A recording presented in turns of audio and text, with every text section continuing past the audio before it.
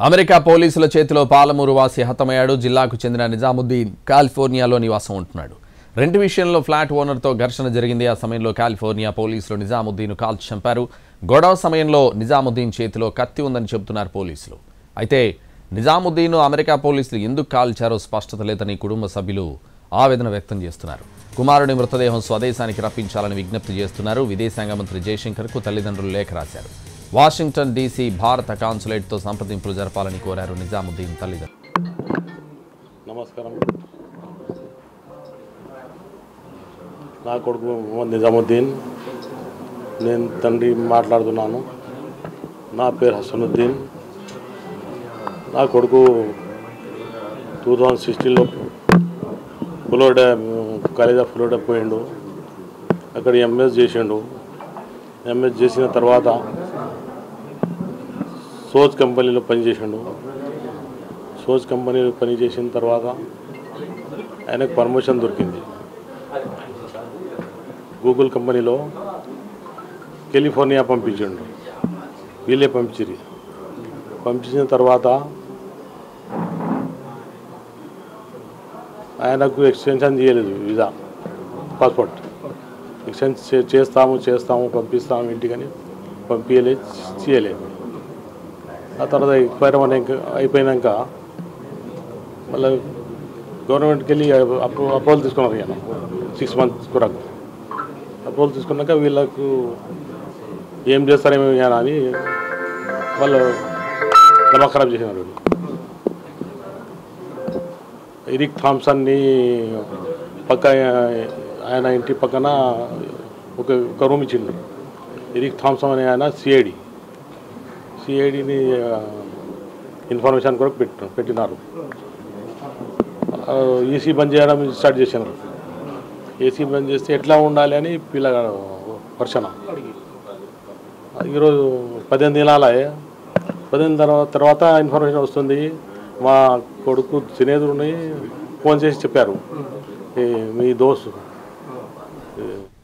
America పోలీసుల చేతిలో పాలమూరు వాసి హతమయ్యాడు. జిల్లాకు చెందిన నిజాముద్దీన్ కాలిఫోర్నియాలో నివాసం ఉంటున్నాడు.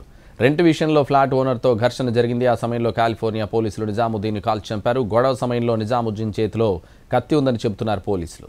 ఇదే విషయానికి సంబంధించి మరింత సమాచారం మా ప్రతినిధి పాషా ఫోన్ లైన్లో అందిస్తారు. పాషా, మహబూబ్ నగర్ జిల్లా బీకే రెడ్డి కాలనీకి చెందిన నిజాముద్దీన్ అమెరికా పోలీసుల చేతిలో హతమయ్యాడు. 2016లో ఎంఎస్ చదవడానికి అమెరికా వెళ్ళినటువంటి నిజాముద్దీన్ అక్కడే ఉద్యోగం చేసుకుంటూ జీవనం కొనసాగిస్తున్నాడు. అయితే ఇటీవల 2021 వరకు సోన్స్ అనే కంపెనీలో పనిచేశాడు. ఆ తర్వాత గూగుల్ అనే కంపెనీలో పనిచేస్తున్నట్టుగా తెలుస్తా ఉంది. అయితే శాంతా క్లారాలో నివాసం ఉంటున్నాడు. ఆ ఫ్లాట్ ఓనర్ తోటి గొడవ జరిగే క్రమంలో ఇతని చేతిలో కత్తి ఉందని చెప్పేసి పోలీసులు కాల్చి చంపినట్లుగా మనకి ప్రాథమికంగా సమాచారం అందుతుంది. అయితే దీనిపై కుటుంబ సభ్యులు అనేక అనుమానాలు వ్యక్తం చేస్తున్నారు. తమ కుమారుడు చనిపోయి 15 రోజులైనప్పటికీ ఇప్పటి వరకు, అంటే నిన్నటి వరకు సమాచారం ఇవ్వలేదు. నిన్న సాయంత్రము తమకి సమాచారాన్ని చేరవేశారని తండ్రి హసనుద్దీన్ చెప్తున్నారు. తమ కుమారుడు ఎట్లాంటి వివాదాల జొలికిపోయే వ్యక్తి కాదు, తన పనేదో తను చేసుకుంటూ బతికిడుస్తున్నాడు. అయితే 2016లో వెళ్ళినప్పటి నుంచి ఇప్పటి వరకు ఇక్కడికి రాలేదు. వీసా ఎక్స్టెన్షన్ కోసం ప్రయత్నాల్లో ఉన్నాడు. వీసా గడువు కూడా ముగిసింది. ఎక్స్టెన్షన్ కోసం ప్రయత్నాల్లో ఉన్నాడు. తర్వాత గూగుల్ కంపెనీలో పనిచేస్తున్నాడు ప్రస్తుతము. తర్వాత మరో కంపెనీలో ఉద్యోగం కోసం కూడా వెతుక్కుంటున్నాడు అని చెప్పేసి కుటుంబ సభ్యులు చెప్తున్నారు. అయితే అతనితో పాటు ఉండేటువంటి అమెరికన్లే ఈ ఘాతుకానికి పాల్పడి ఉంటారని చెప్పేసి వాళ్ళు అనుమానాలు వ్యక్తం చేస్తున్నటువంటి పరిస్థితి. ఇప్పటికే కేంద్ర మంత్రికి మేము సమాచారం ఇచ్చాము. తమ కుమారుడి మృతదేహాన్ని ఇండియాకి తరలించేలా చర్యలు తీసుకోవాలని చెప్పి కోరామని చెప్తున్నారు. అదే మాదిరిగా స్థానికంగా రాష్ట్ర ప్రభుత్వాన్ని కూడా మేము వేడుకుంటున్నాము. అసలు అక్కడ ఏం జరిగిందో విచారణ చేపట్టడంతో పాటు తమ కుమారుడి మృతదేహాన్ని మాకు అప్పగించేలా చర్యలు తీసుకోమని చెప్పేసి కోరామని చెప్పి తండ్రి చెప్తున్నారు. అయితే అక్కడ జరిగింది అసలు అబద్ధము అనేది కూడా వీళ్ళు చెప్తున్నటువంటి సిచ్యువేషన్ ఉంది. ప్రధానంగా అక్కడ వివాదం చెలరేగింది. అమెరికన్లే కావాలని కాల్చి చంపారని చెప్పేసి కూడా వీరు చెప్తున్నటువంటి పరిస్థితి. ఒకవేళ పోలీసులే నిజంగా దాడి చేయాల్సి ఉంటే ముందుగా కాళ్ళు లేదా చేతులకు కాల్పులు అనేది చేయాలి. ఆ తర్వాతనే ప్రమాదం అని కొంచెం ఉన్నప్పుడు బాడీకి షూట్అవుట్ చేయాలి తప్ప ముందు ఎలా చేస్తారని చెప్పేసి కూడా వాళ్ళు ప్రశ్నిస్తున్నటువంటి పరిస్థితి.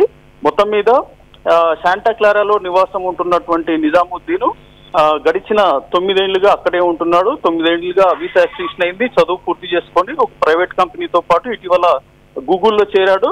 అక్కడ సహచర ఉద్యోగులు వేధింపుల కారణంగానే వాళ్ళే చంపి ఉంటారని చెప్పేసి కూడా ఆయన అనుమానాలు వ్యక్తం చేస్తున్నటువంటి పరిస్థితి మనకు కనిపిస్తా ఉంది. Santosh. Right, thank you Pasha.